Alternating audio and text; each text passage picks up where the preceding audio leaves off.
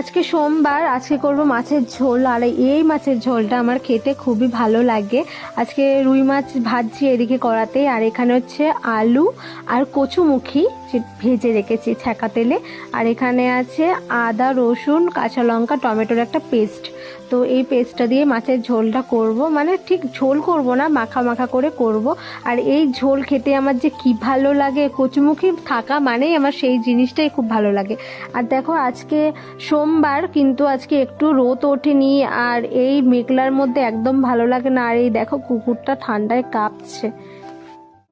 আজকে সোমবার, আজকে করব মাছের ঝোল। আর এই মাছের ঝোলটা আমার খেতে খুবই ভালো লাগে। আজকে রুই মাছ ভাজছি এদিকে কড়াতে, আর এখানে হচ্ছে আলু আর কচুমুখী ভেজে রেখেছি ছ্যাঁকা তেলে। আর এখানে আছে আদা, রসুন, কাঁচা লঙ্কা, টমেটোর একটা পেস্ট। তো এই পেস্টটা দিয়ে মাছের ঝোলটা করব, মানে ঠিক ঝোল করব না, মাখা মাখা করে করব। আর এই ঝোল খেতে আমার যে কি ভালো লাগে, কচুমুখী থাকা মানেই আমার সেই জিনিসটাই খুব ভালো লাগে।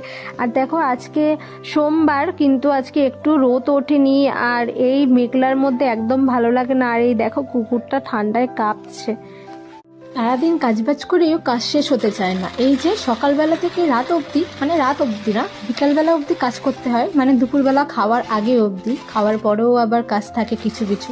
তো সন্ধ্যেবেলাতে ভাবি একটু রেস্ট নেবো, কিন্তু ওই যে সন্ধ্যেবেলা তো টুকি টুকি কাজগুলো করতে হয়, মানে টুকটাক কাজগুলো। যেমন এই যে এইটা বাকি ছিল মুড়িটা ঢালার, এটাও ঢালতে হলো।